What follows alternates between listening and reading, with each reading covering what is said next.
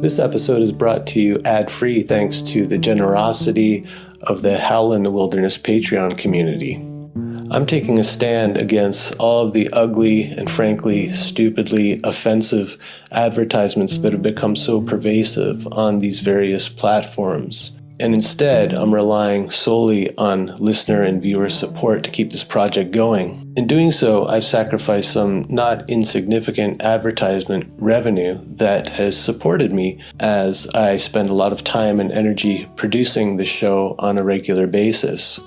But I have faith that if you find some value in these conversations, that you're going to want to reciprocate and maybe offer something that's equivalent to the price of a cup of coffee or a bag of dog treats every month.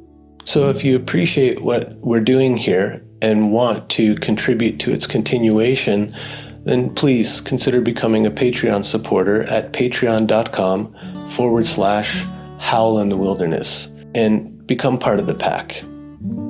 Thanks so much.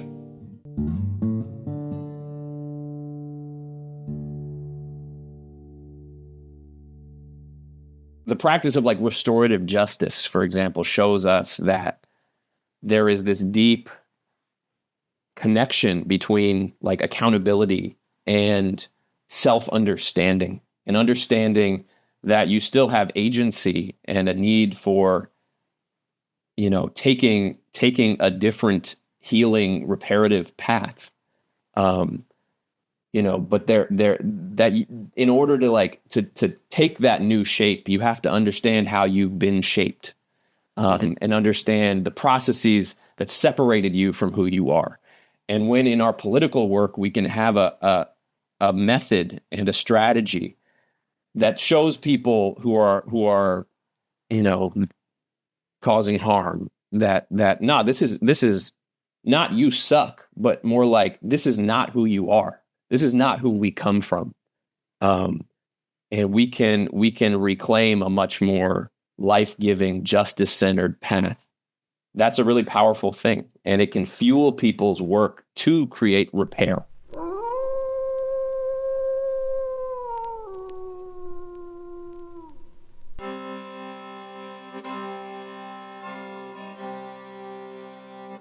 David Dean, thanks so much for joining me on the podcast.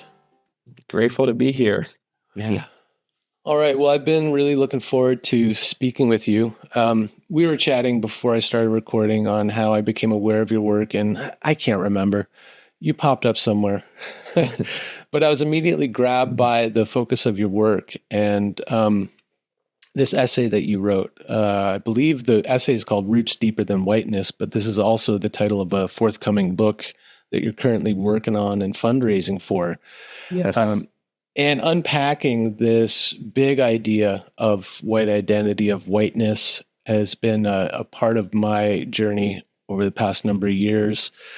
And I'm really glad that you've picked that up and that you're taking this kind of approach that you are with it. I think it's like so fundamental for anyone who's working toward reconciliation, decolonization, being a good ally, being an activist, any of that. The first step is being to remember who you are, where you come from, and unpacking this monolithic identity of whiteness.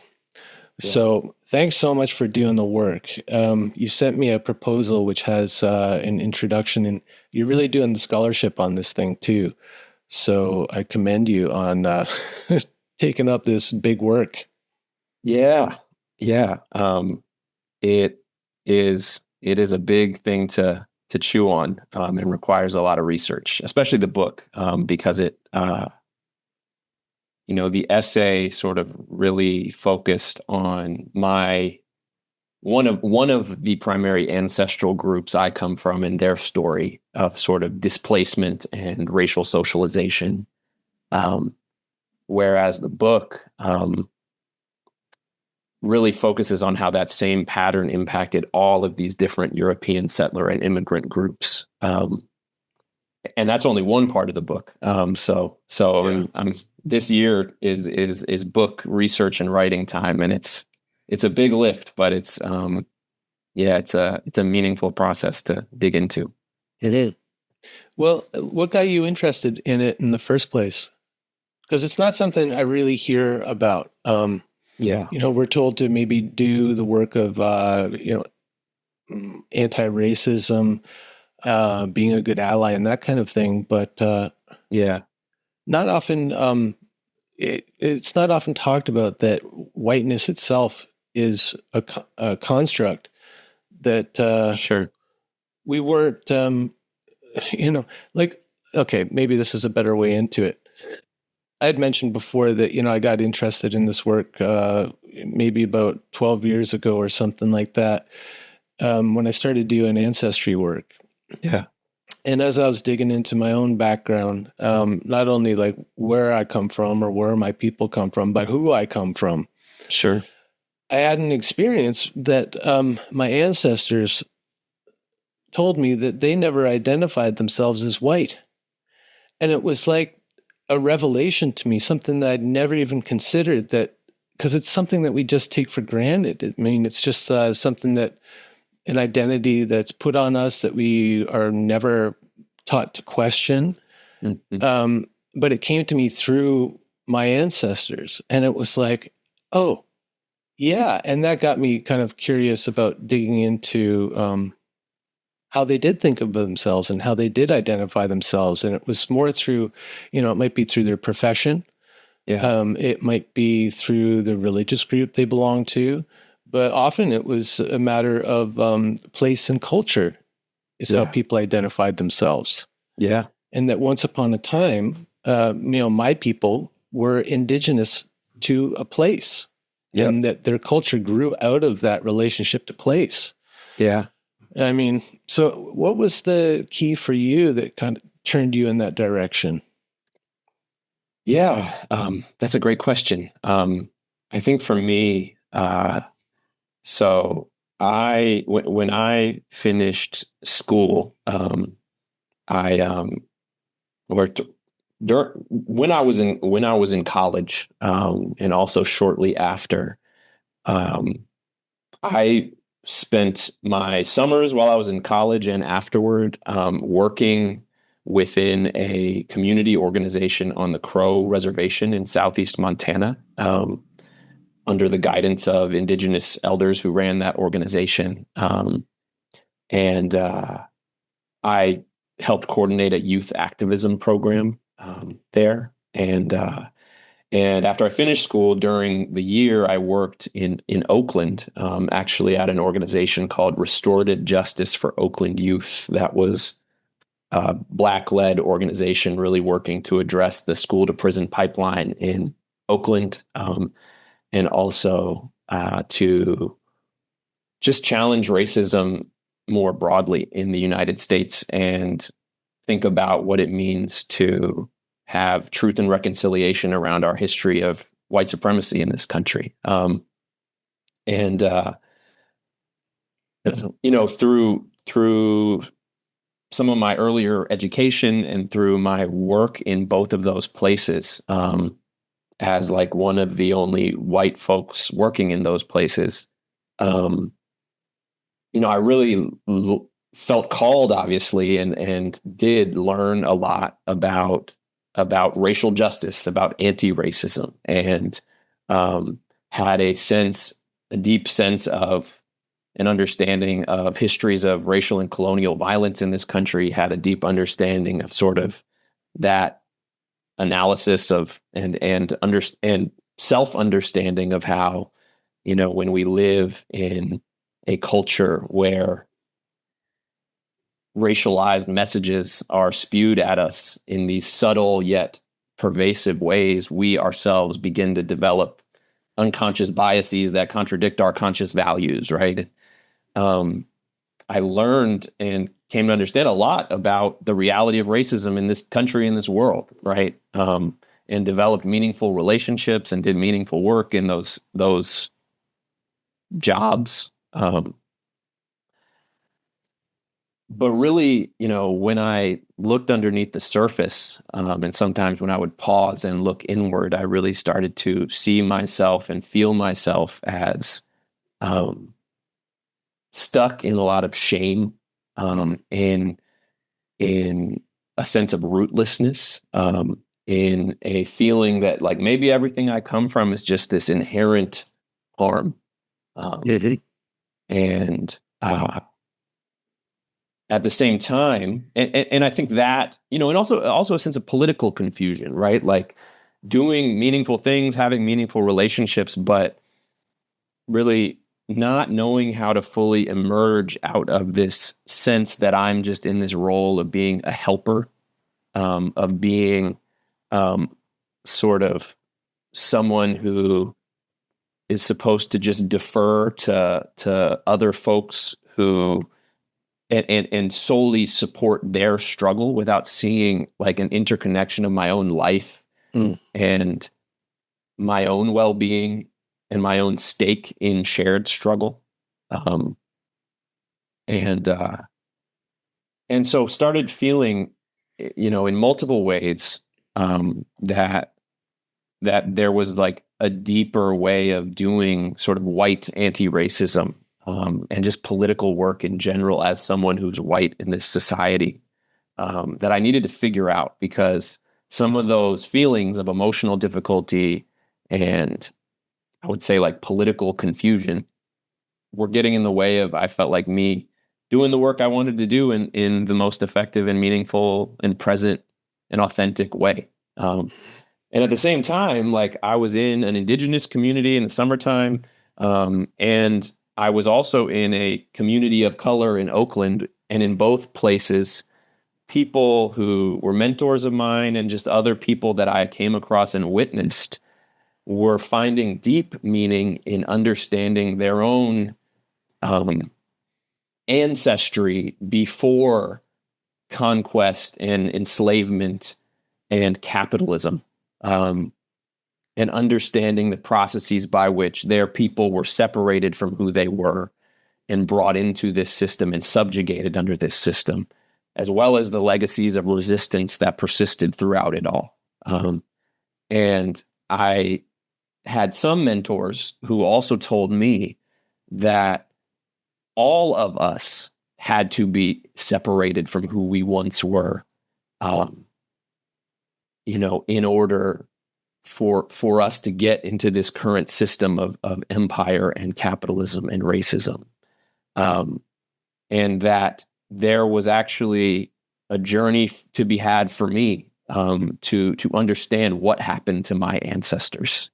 And I think also, just witnessing and some of those concepts around historical trauma that have been really brought to the center over the last decades in indigenous communities and communities of color, reflecting on what does that look like for my ancestors? How did starting to question this stuff can't be natural. And I started to have an intuitive sense and also a felt sense from people in my life that maybe exploring this would actually create more groundedness and clarity that I needed to be able to find myself in the work of social change in the way that I needed to. Is it? Yeah. Yeah. Yeah, that's great. Yeah, the way it came to me as you were speaking, it's like we have to go through the reckoning, right? With the kind of cultural inheritance of being so-called white.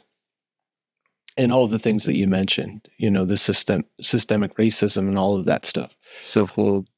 But at some point, in order to be a more, I think, trustworthy ally, more kind of empowered, we have to move from the reckoning into a reclamation, like a reclamation of who we are before those identities. This monolithic identity. Yeah.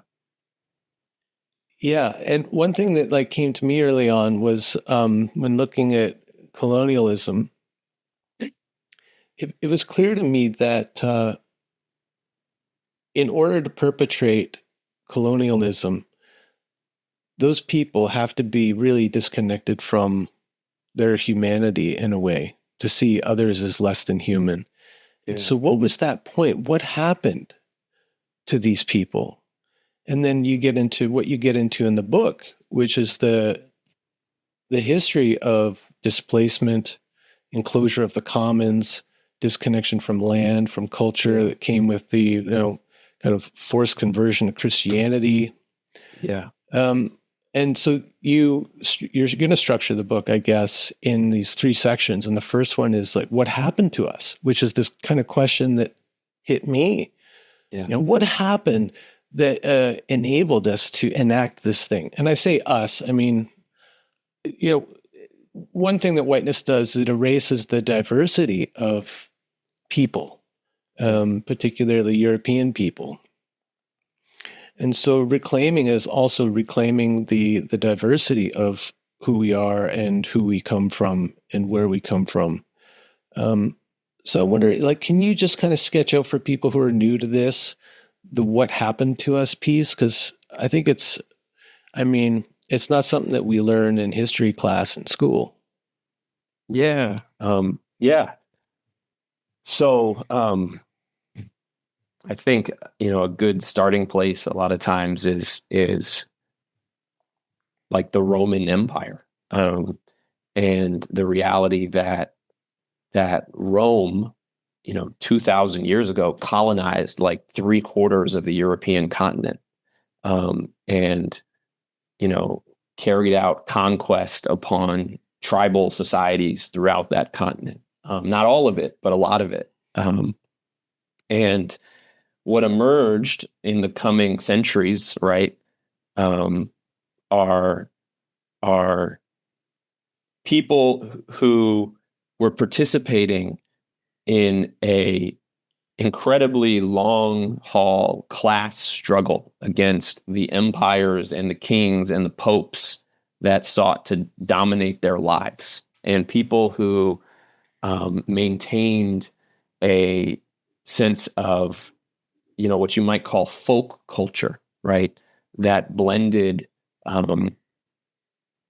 earlier forms of earth honoring tradition, of animist tradition, with Christian saints, with new cultural forms, with the sort of imposed economic order of feudalism, where people, despite oppression, despite some level of cultural conquest and change, still,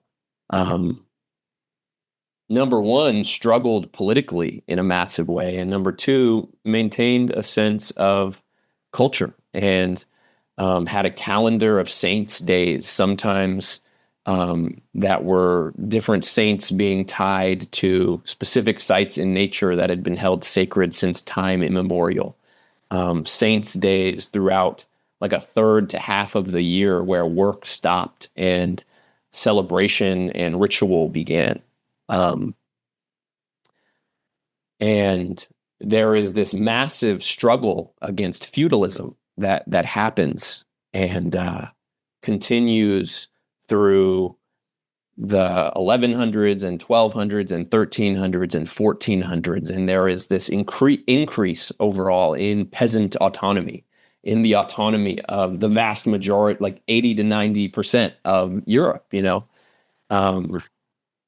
and what many scholars talk about, like Silvia Federici, who wrote this amazing book called Caliban and the Witch, is, as well as other scholars, talk about how capitalism wasn't just some natural development that came out of feudalism, but capitalism was actually this counter-revolution sort of the ruling class to re-subjugate these masses of Europeans who had gained economic autonomy in a lot of ways under this system.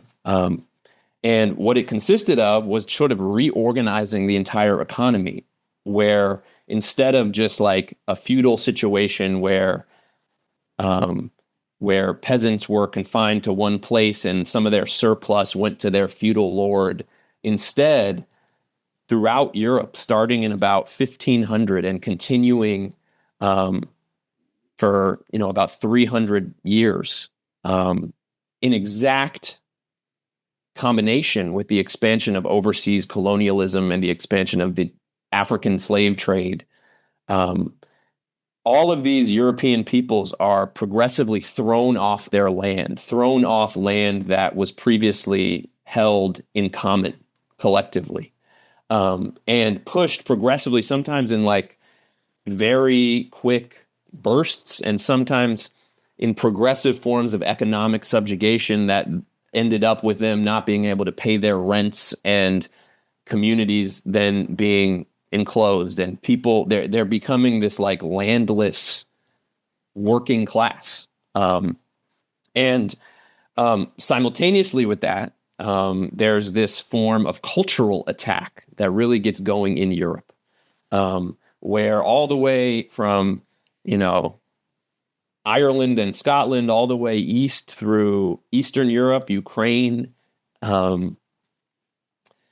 there is this ruling class-led campaign also over those centuries to really create the cultural conditions for submission to this new economic system, where rest and festivity and magic and connection to the earth, and really anything that prioritized community and not actively participating in work. All of those things began to be associated with the devil. Saints' days were outlawed across the continent. At the same time, right? And this isn't just in like the Protestant Reformation, which we often associate it with. That was maybe the most strong example of it. Like that book, Max Weber, The Protestant Ethic and the Spirit of Capitalism. This idea that that relentless toil for the boss is actually holy and will get you into heaven, and is to be valorized above all else. And some of those same tendencies were also happening in the Catholic Church and also happening in the Orthodox Church, just maybe not quite as dramatically or quickly.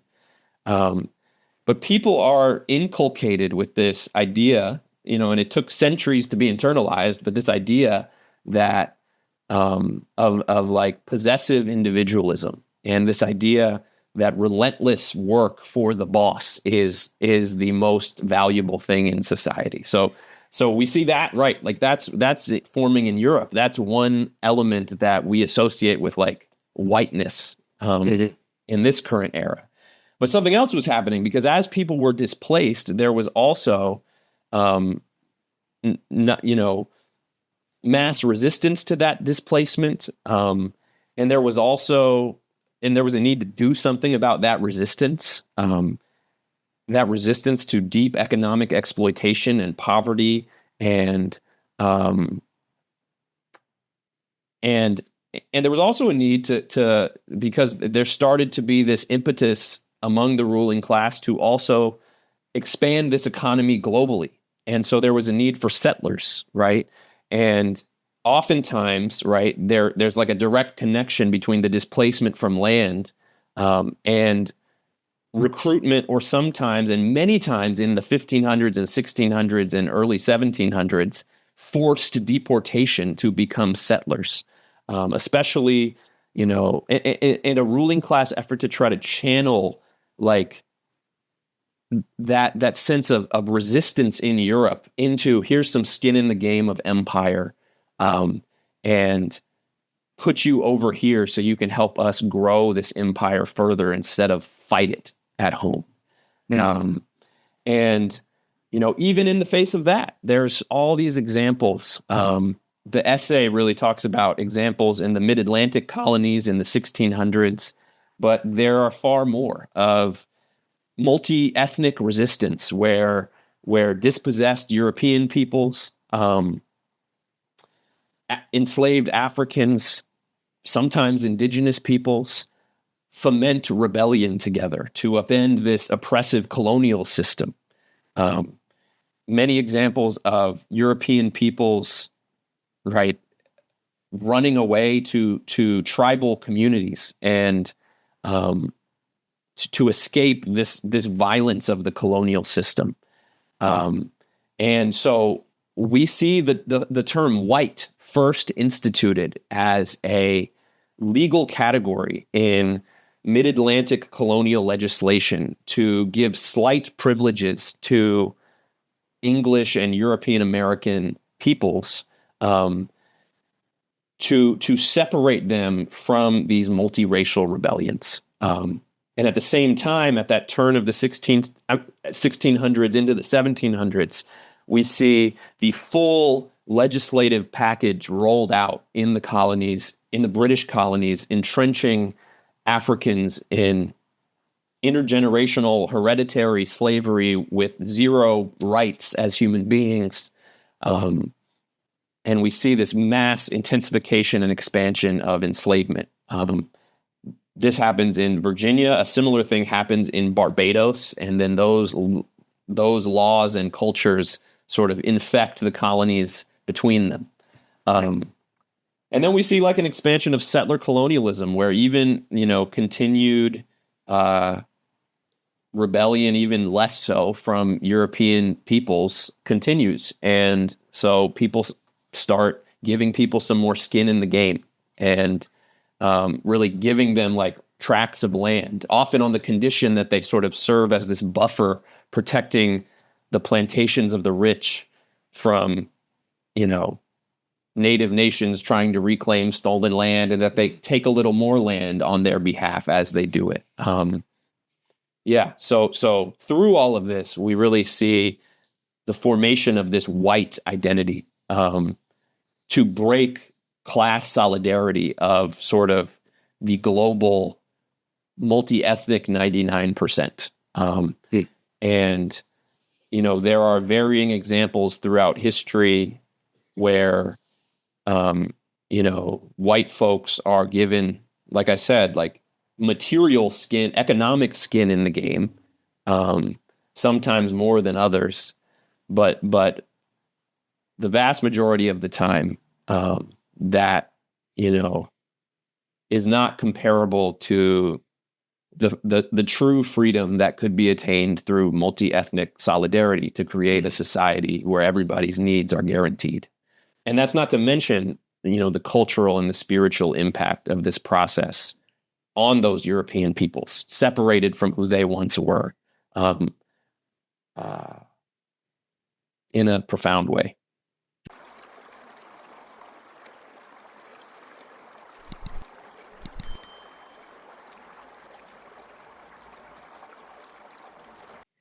Yeah, which downstream of that is what got me interested in this whole project in the first place, is that feeling of not belonging to a people or a place. Not really.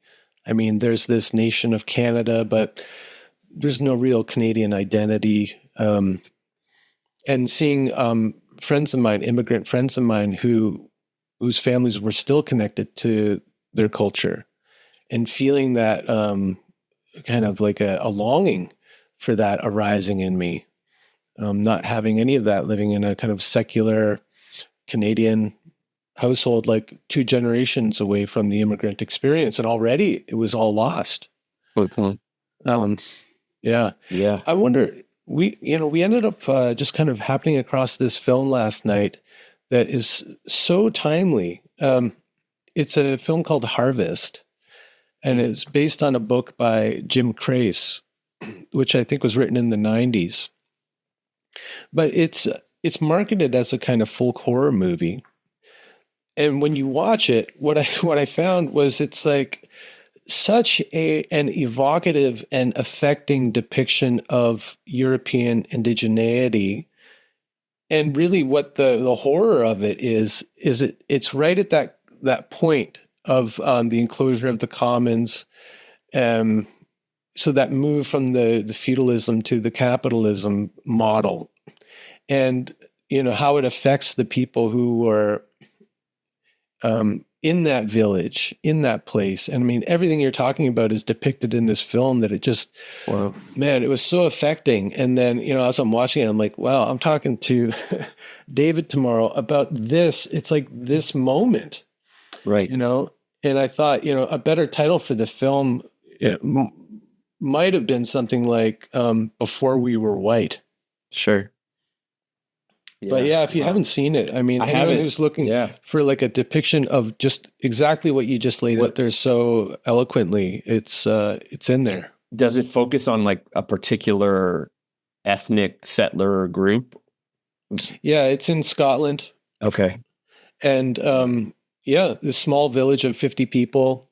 I mean, it starts out with this guy who is just like making love to the land. He's so in love with the land. He's fully identified with the land.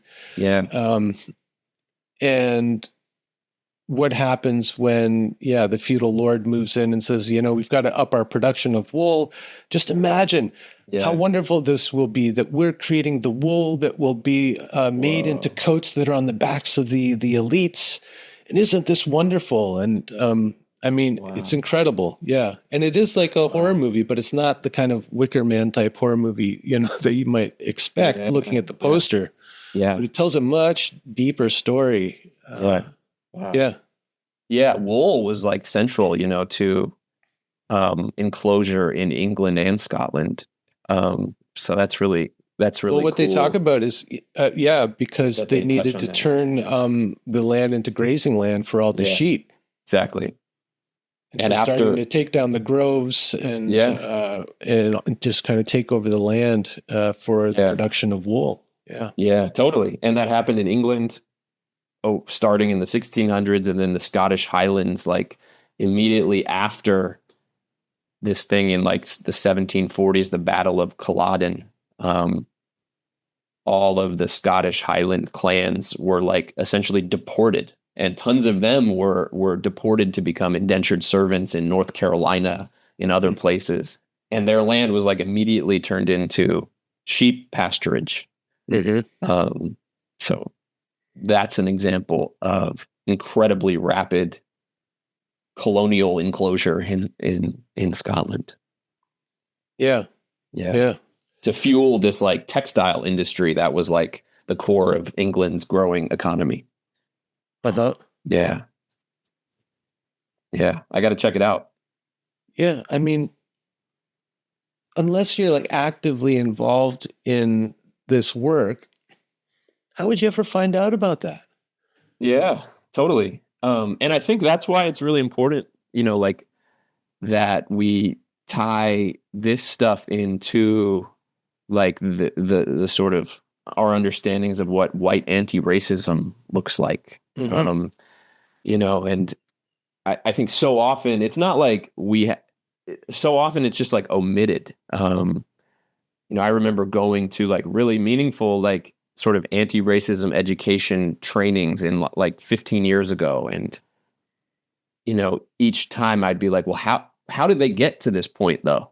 Like how, and it's just not that story is just typically not told. Sometimes we say like whiteness is a social construct, but like, it's not, we don't really explain that. And I think, some people are like, oh, well, this is like an excuse for the harms of racism and colonialism. And I think that is actually not the case at all. And I think what we can see is that like the practice of like restorative justice, for example, shows us that there is this deep connection between like accountability and self-understanding, and understanding that you still have agency and a need for, taking a different healing reparative path. But that in order to like to take that new shape, you have to understand how you've been shaped, and understand the processes that separated you from who you are. And when in our political work, we can have a method and a strategy that shows people who are causing harm that this is not you suck, but more like this is not who you are. This is not who we come from. And we can reclaim a much more life-giving, justice-centered path that's a really powerful thing, and it can fuel people's work to create repair, right? And also understanding this whole thing, which is also left out of the mainstream analysis of like how we understand racism and sort of like a mainstream liberal analysis. And this has been almost strategic on the part of elites, right? Keeping us from seeing the connection between racism and capitalism, and how racism has been a tool of the ruling class to divide the global 99% and keep us from coming together and creating the society where that we all need, right? And that any like comparative advantage various groups of white folks are given is meant to, you know, appease them and separate them from the choice to be involved in multiracial struggle for that better world for everyone. Right. That little bit of power that you're talking about is the skin in the game to divide the resistance, multicultural resistance movements. Yeah. Yeah. And I think too, like we see, like, you know, when we don't have this story, like a lot of, you know, I think there's meaningful cultural sharing that can totally happen in a genuine way. But right, we see like when people don't have this story of what happened to them, sometimes, you know, in certain like spiritual communities and that like white spiritual communities, there can be sort of this unthoughtful, unthinking cultural appropriation that can happen, because you don't understand, you know, because you're grasping for something that didn't know that your people ever had, you know, and so there can be meaning in actually understanding and reclaiming some of what was taken from us. Yeah. And I mean, if you've been in those spaces and you've been listening to any critique, often the critique from, say, Indigenous people is, you know, like, remember who you are, like, find out who you came from. Yeah. You know, reclaim your own culture instead of taking from ours. Sure.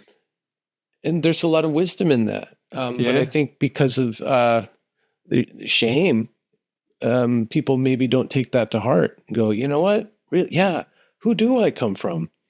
Sure. So, like, I think one of the things that comes out of, like, you know, the anti-racist movement, and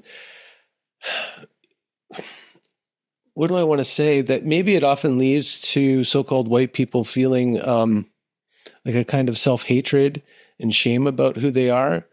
And I think the positive move is this, what Mary Watkins calls reparative genealogy, but this reclamation of remembering who you come from. And, you know, before your people were colonized, because it takes a colonized people to enact colonization. Yeah. And I mean, there's something about that just seems more constructive and reparative. Like, it's like, Sure. we don't often talk about ancestry, like deep ancestry, Right. in a modern Western culture, because I think that split needs to be maintained in order to maintain the status quo. Like, Yeah. right? Yeah. Totally. I mean, I think there's a major severing of us from those lineages, that historically has been quite intentional. And I think there's also been a severing, and this is like what part 2 of the book is sort of about, another dive into history. There's been a severing of us from this hidden yet, you know, persistent legacy of multiracial, anti-racist class struggle throughout the duration of U.S. history. And you know, there is a way as well that we can find a sense of meaning and belonging in that. And there is a huge legacy of that, you know, we have also been strategically separated from. Yeah. Yeah, that's such a big piece of it, right? Like the breaking up of class solidarity Sure. with this kind of cleaver of race. Yep. And I think we even have to deconstruct, we have racism because we have race. Just the Mhm. idea that there are racial classifications and divisions. Mhm. And yeah, for me, I got to go right to the source of that and deconstruct that. Just Right. the idea that there are different races Right. Yeah. and these kind of arbitrary lines, it's so messy. I think you kind of outlined some of that, the history of race itself. I wonder if you could speak about that, like when racial classification kind of came into vogue. Yeah. Well, one thing I'll speak about that I think is really striking related to what you said, and we talked about already a little bit, like this period when like the term white was first created, in colonial legislatures in the late 1600s to separate these different groups of people who were rebelling together. And I think one example of like how this concept of racism as a tool, to divide and rule is so needed, and is also just often lacking in some of the histories of racism that we tell when we try to raise awareness about the reality of racism in this society and in our history, is demonstrated in actually really well in, I think, the first chapter of Michelle Alexander's The New Jim Crow, which was the part of that book that struck me the most when I read it, many years ago, which actually talks about these three periods, like the birth of the real full institutional birth of slavery in what would become the United States, the birth of Jim Crow, and then the birth of mass incarceration, um, and sort of these three levels of racial regimes that were continually constructed. And in each one, she speaks about this class analysis that is associated with each one that we just like typically don't talk about, right? The first being, one of the elements related to the boom in African slavery was, and was breaking that class solidarity, right? In that early 1700s, late 1600s period. But then we can go to the 1890s, when and Martin Luther King actually talked about this as well, right?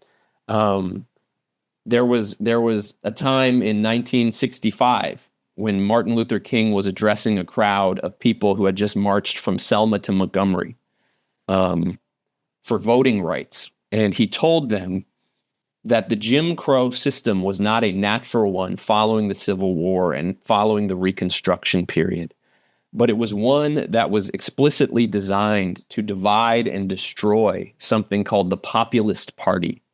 And the Populist Party was a political organization rising to prominence in the South in the 1880s and 1890s. So after the Reconstruction period, um, that was bringing together, that was not perfect, but was in many beautiful ways, was bringing together poor white people and poor black people to challenge racism and ruling class power, and was winning elections, local elections throughout the South. And Martin Luther King, Michelle Alexander, both actually draw on another book by a historian named C. Van Woodward called The Strange Career of Jim Crow, where he talks about how this Jim Crow system was literally a segregation-based system of segregation and racial violence that was instituted from above to destroy this movement. Michelle Alexander then talks about, right, something that happened right after Martin Luther King gave that speech in the decades after that, right, which was something called the Southern Strategy, where, sort of our modern racial regime of hyper-policing and mass incarceration was, the product of, conservative political and economic elites designing a strategy to create these coded racial appeals to, calling Black folks as well as other communities of color welfare queens, predators,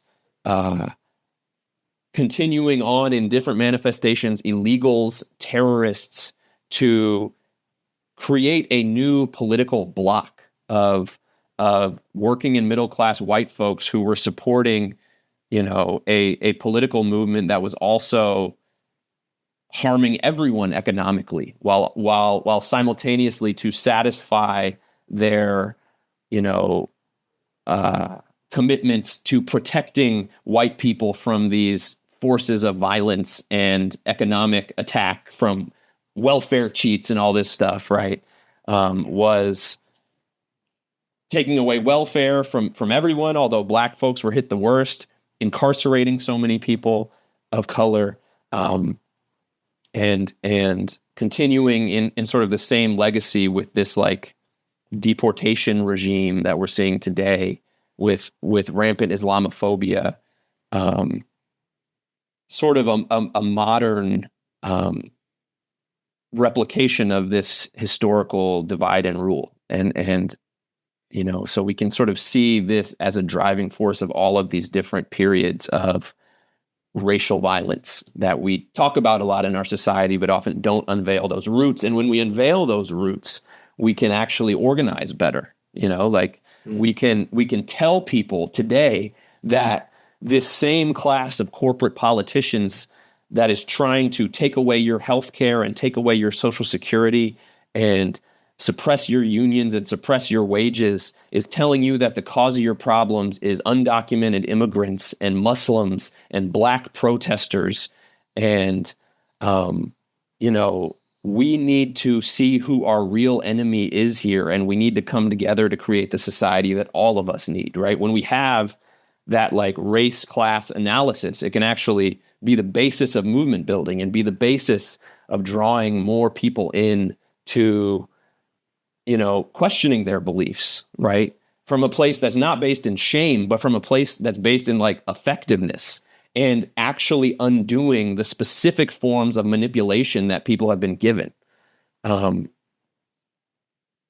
it can do a lot for us when we understand how these things are constructed and for what economic purposes. It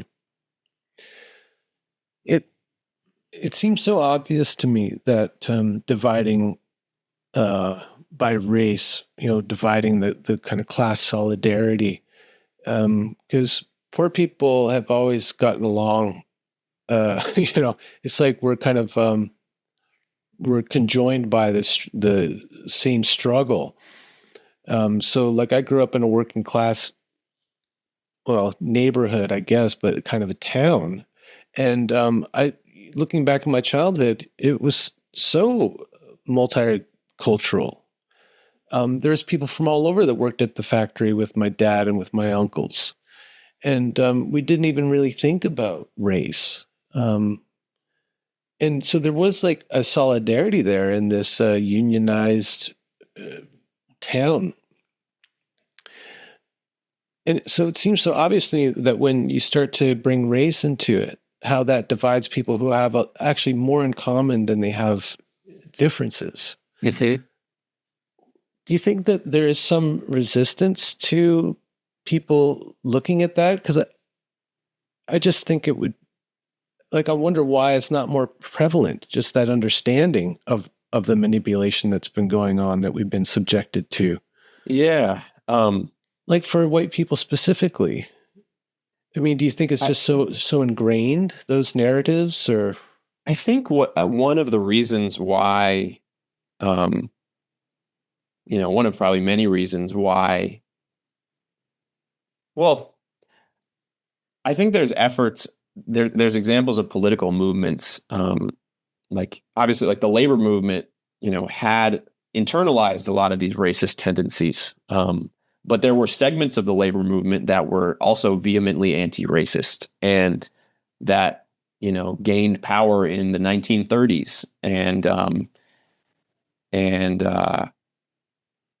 there was certain very anti-racist socialist and communist organizing in the U.S. In the 1930s and 40s. One of the reasons McCarthyism was so powerful was, and these people were rooted out of, like, the Red Scare, like literally banning communists from being a part of unions. One of the reasons was because of their effective strategy of building multiracial solidarity. There were segments of those anti-racist strains of the labor movement that made their way into the civil rights movement. There was actually a decent amount of messaging around, these themes. Martin Luther King's Poor People's Campaign, Martin Luther King and A. Philip Randolph's March on Washington for Jobs and Freedom. Following that, right, like Black Panther organizing in Chicago, where they were bringing together a rainbow coalition of working class, white, Puerto Rican and Black peoples to struggle together. And their leader, Fred Hampton, was gunned down by the FBI. And, I think one of the things, and I haven't done a full deep dive into this history, but I think also there's this dynamic where were severe attacks on radical organizing that had some of those tendencies through COINTELPRO, through other forms of repression. There was always severe attacks on labor organizing, and a decline in the labor movement.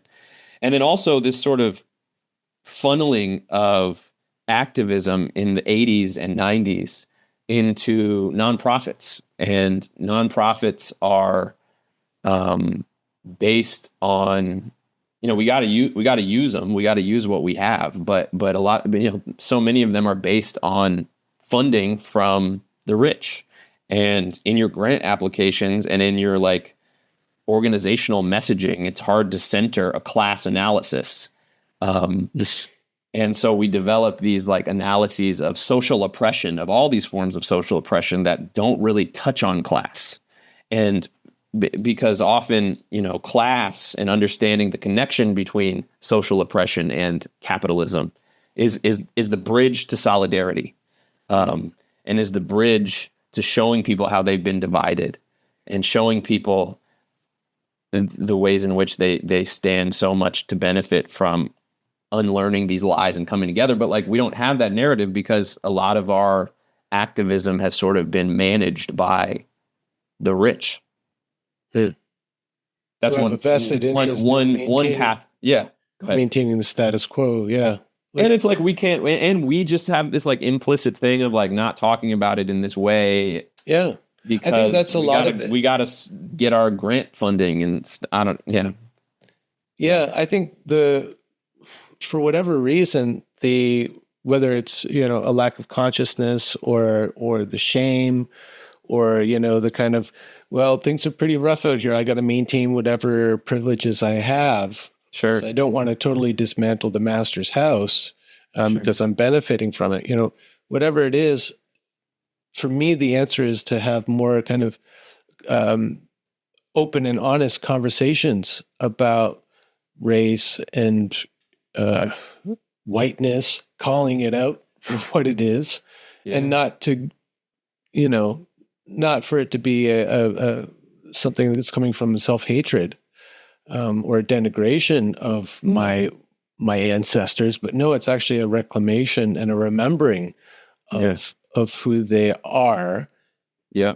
And the diversity that is reflected in my own heritage as a kind of a European mutt, and actually, isn't that kind of wonderful, Mm-hmm. My rescue dog's a mutt, and they're the most resilient animals, because of that mix. Where do your ancestors come from?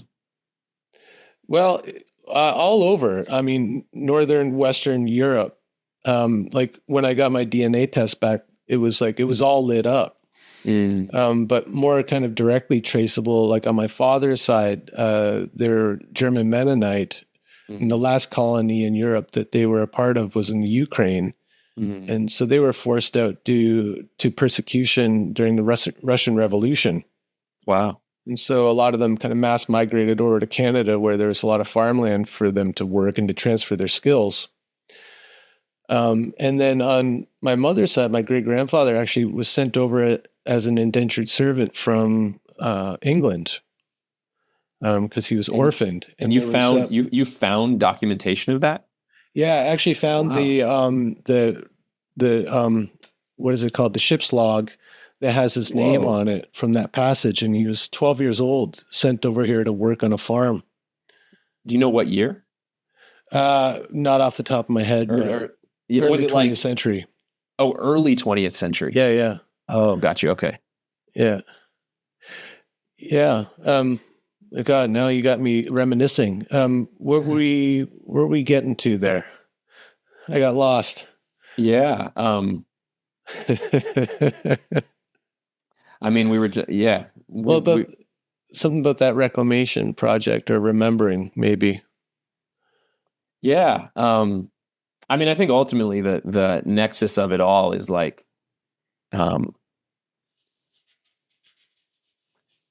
but this process can both create Right. this renewed sense of belonging, Yes, and right. can also and simultaneously can reveal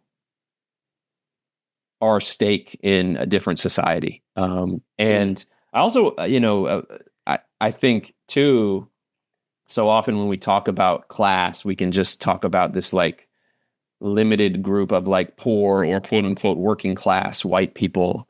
And I think it's important also to understand, like as as our ruling class that has risen to power so often based on racism and racial division as their chief propaganda tools, destroys our social safety nets, to benefit billionaires, and as costs of housing and higher education and healthcare skyrocket while wages remain flat, right? We start to see how nobody's safe. Mhm. And even the sort of middle class, the white middle class that was created through the New Deal and the GI Bill can be fleeting. One generation, it's gone. Sure. And it shows us that like racism will not keep you safe, right? And Yeah, um, right. only solidarity will. Yeah.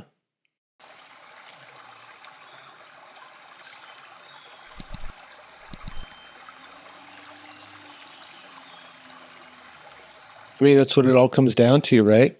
Is mutual care and aid. Yeah.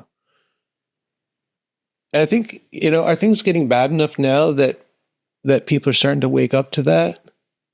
Do you think? I think in the U.S., there's definitely been a shift, in terms of like the dominant analysis from progressives of like what's happening, because I think like things have just gotten so blatant, with this. Well, one of the stereotypes, I guess, of kind of liberal activists, so-called white liberal activists. I hear some of the critique from those who aren't part of that group that they're all kind of self-hating white people. Now you're on the ground working in these groups. I mean, what's your sense of that? Is that kind of an accurate enough stereotype? Is there some truth to that? And how do we help inspire people to do the reparative genealogy work, so Yeah. they don't fall into that or they kind of grow out of that? Well, I think what you're pointing to is really that while the sort of white anti-racist left has done, like, there's been definitely meaningful work that has been done in terms of spreading ideas and shifting behaviors. There have been tendencies towards towards shame and towards projecting that shame onto other white people. And, I just want to interject for a second. The behavior change, the way I see it, it's so tenuous because for me, it's kind of more like a tiptoeing around, not wanting to offend, wanting to be really careful, be a good ally. Like there's a kind of a fear and a tentativeness to it that doesn't feel to me robust and rooted. This term that you use in the book, and so 100%. I'm very skeptical of it, and I'm not very trusting of it when I see it being performed. Sure. You know what I mean? Yeah. I hope that doesn't sound like too harsh of a critique, but I think it's an incredibly accurate critique. I think I'm simply saying like it's important to understand stuff about race and how that manifests in our world and our behaviors, and some of the manifestation of that has been counterproductive, as you're saying. And we're seeing a lot of the blowback toward that. Well, I think we've sort of set ourselves up for it because people like Chris Rufo, I don't know if you know who that is, but he's the architect in the United States of sort of the anti-critical race theory propaganda, a lot of this anti-DEI propaganda. He's sort of like an intellectual, quote unquote, intellectual that has spearheaded a lot of that. And he's literally putting forth a narrative that, and the campaigns, the propaganda campaigns he's sort of designed are putting forth narratives that racial justice advocates, want white people to have no meaningful sense of history and to hate themselves, as you said. And number two, he literally talks about how the anti-racist left wants to create this mass wealth redistribution, not from like billionaires to the multiracial 99%. Obviously, like race conscious reparations and decolonial reparations included within that redistribution. But what he says is it's literally like the anti-racist left wants to take the little wealth that working and middle class white people have and redistribute it to people of color, right? The belonging and the economic sort of scarcity message are his messages. And I think on our side,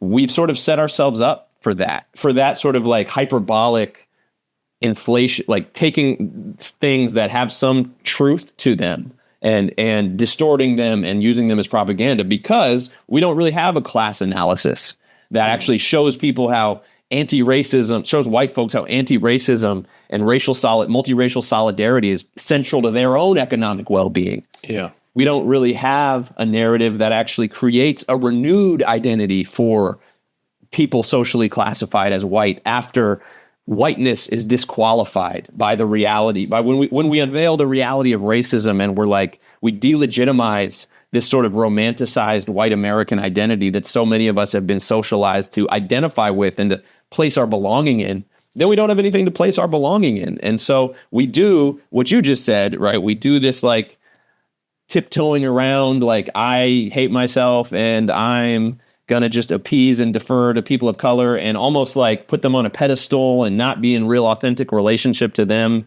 even though I'm like trying really hard to be nice. And, we set ourselves up also for these like right-wing MAGA nationalists to distort this stuff and use it as propaganda for their people, and to build their movement even stronger. And so hence why, if we're ever going to get racial justice or any other form of justice, we have to have a form of white anti-racism based in forming a renewed sense of belonging and unveiling people's deep material stake in multiracial solidarity. Yeah, and at the core of that, I think the deconstruction of the white identity and a reconstruction of an identity that has much deeper roots. Yeah. Yeah. One of the things that one of my own critiques of leftist activism has been a lack of spiritual roots, let's say. You should. And I was really pleased to see that you quote Starhawk, the most new age of names, Starhawk in your book. And I think there's a lot to be learned from, the neo-pagan movements, the New Age movement, like the more kind of spiritual movements, because often there is like ancestry work is a part of that, and reconnecting to pre-Christian cultures and things like that. Do you think that there's room in kind of leftist activism, not only for more of the class consciousness, but also like a spiritual consciousness? Definitely. I think, I haven't personally done like deep dives specifically into neo-pagan stuff, although like a little bit. But I think there's definitely room for doing that in like this liberatory way. And I think, we have also seen, on the other hand, like, in addition to that, like we've seen Christians and Jews sort of reclaim, who are socially classified as white, reclaiming earlier, more liberatory versions of their religious traditions before they were co-opted by nationalism. Right. Yeah. Like a liberation theology in Latin America.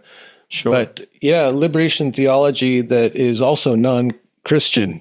100%. For me, that would be really great. 100%. Yeah. Because for me, Christianity and colonialism can't be separated.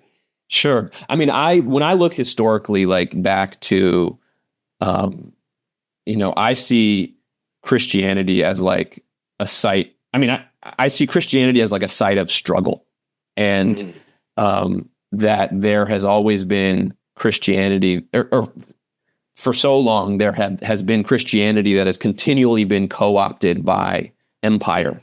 Let me pull out this book.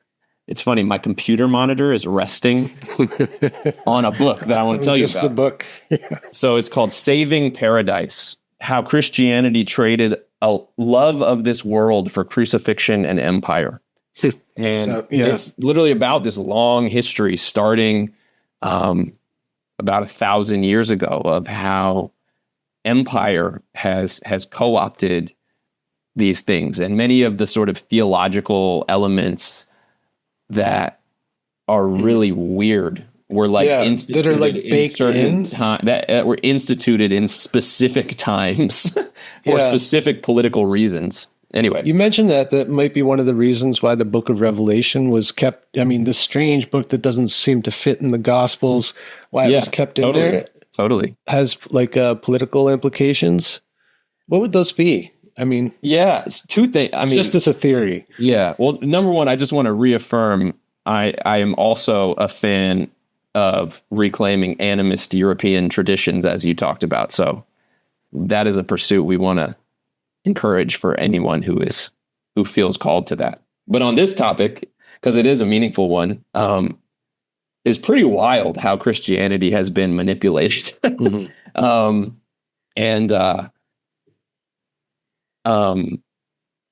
There's that one part that was used first to sort of push people on toward participating in crusading in like the 1100s and 1200s and things like that, to participate in these crusades. And it was this idea that like drawing on the book of Revelations, that by participating in this violence, you are carrying out the book of Revelations, which is this prophecy, right? This false prophecy of this like holy war between the followers of Christ and the followers of the Antichrist, where there will be massive death and gore. And from that place, as that is completed, sort of, we will have like the second coming of Christ and, the end times and all this Right. stuff. Like kind of rushing toward the eschaton kind of thing. Yeah.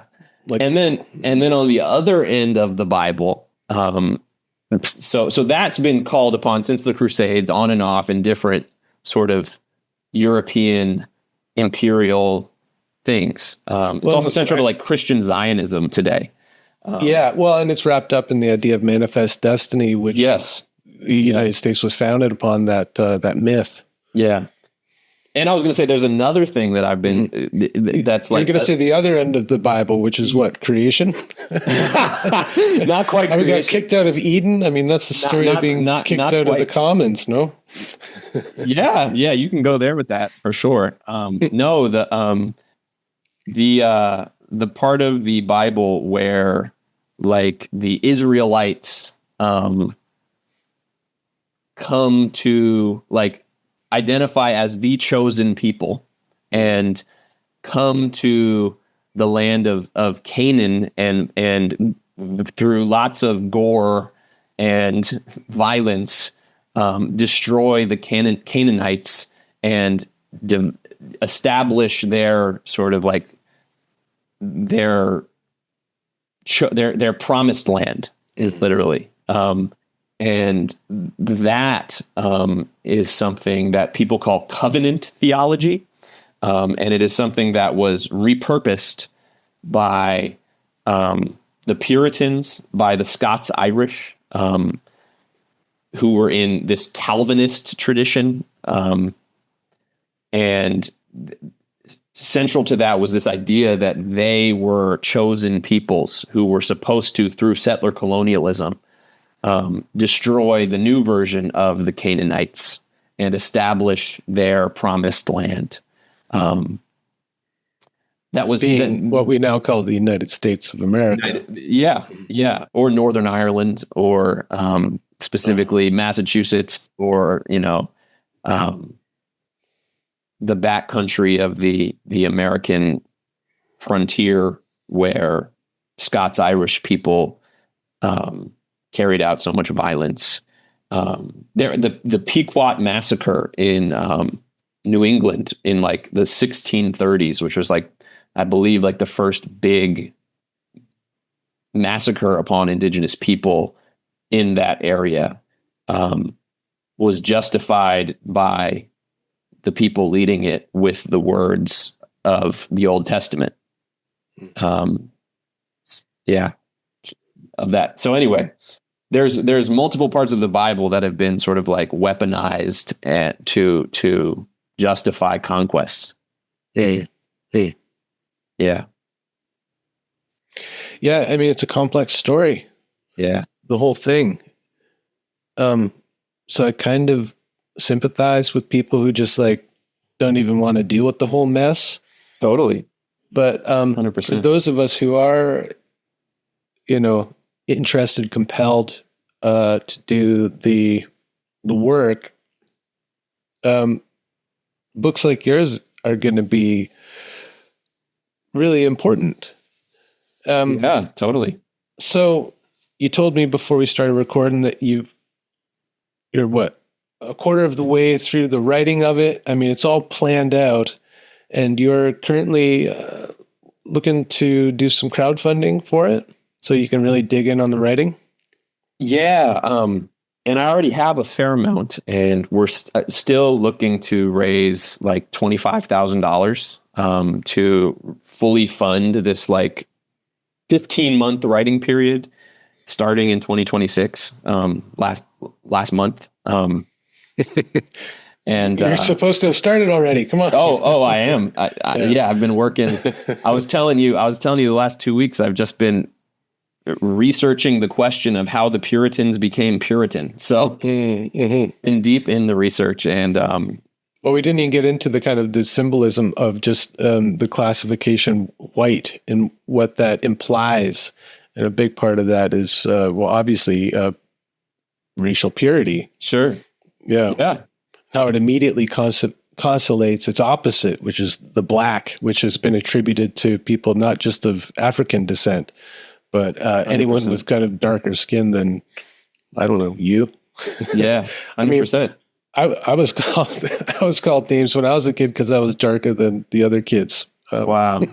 Even Wow. though our ancestors were all neighbors, Right. Totally. So, yeah. Yeah. All right. So you're in the thick of it. Yeah. What if people want to support your work or just follow along? What's the best way for them to do that? Yeah. So my newsletter is on Substack currently, and it's called Toward Solidarity. So towardsolidarity.substack.com. And I periodically send out articles on these topics. And though right now I'm not doing many trainings, a lot of what I do, my primary work for the last decade has been leading these online trainings and courses for big groups of people on these topics, both sort of ancestral reclamation as well as political education, and supporting people as in community to go on a process of digging into those things. And so I sometimes send out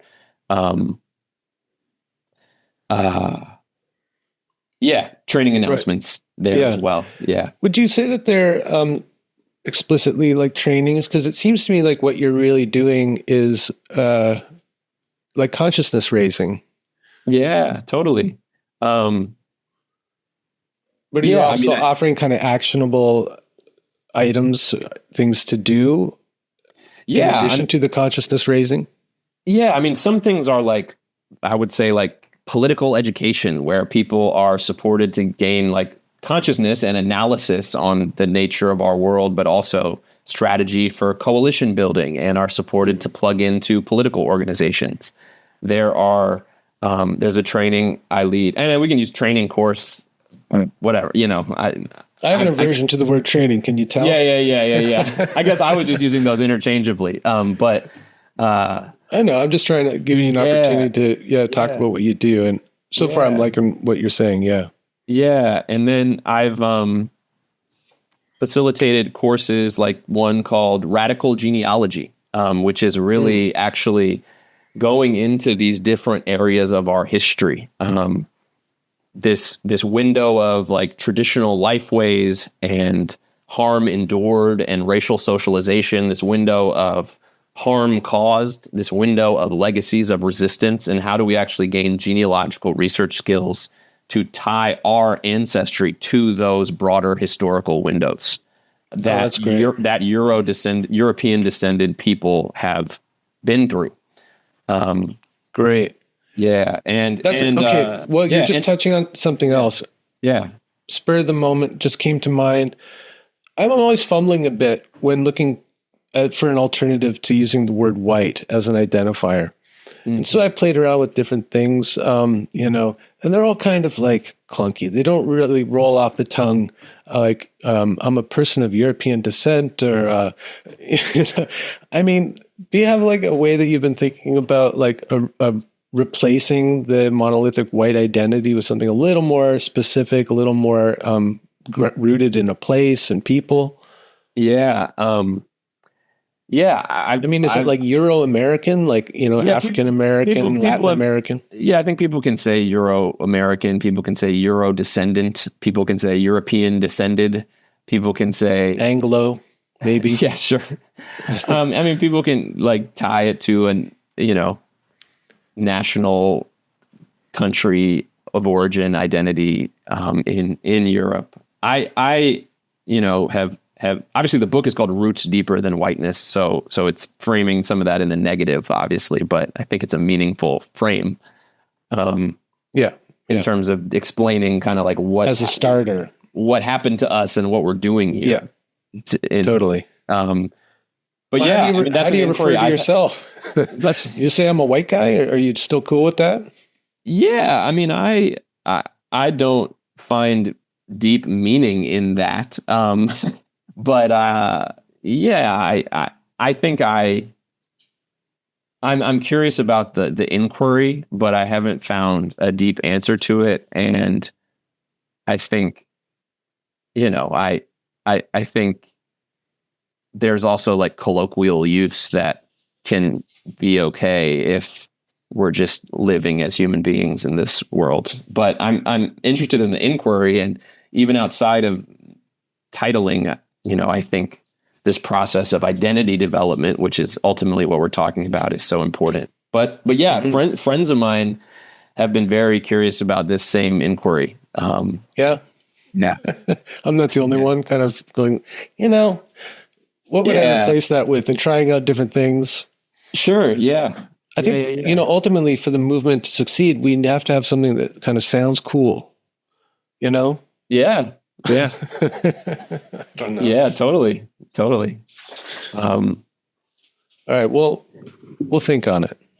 We will. Let me know if you come up with anything good. I will. I'll do the same. I think it's a good question. Yeah. Yeah. All right, man. Well, thanks so much for spending some time with me, and the work that you're doing in this education. Like, I've already learned so much from you, and I know when the book's done, it's going to be full of stuff that, is a revelation for sure. Yeah. So we'll stay in touch, and maybe when it comes out, we can revisit and I'd love to. Yeah. do another session here. Yeah. Yeah. All right. Thank you so much, Brian. Really appreciate being with you and you having me on. My pleasure, man. Thanks so much. Okay. Thank you. Bye, David. Bye.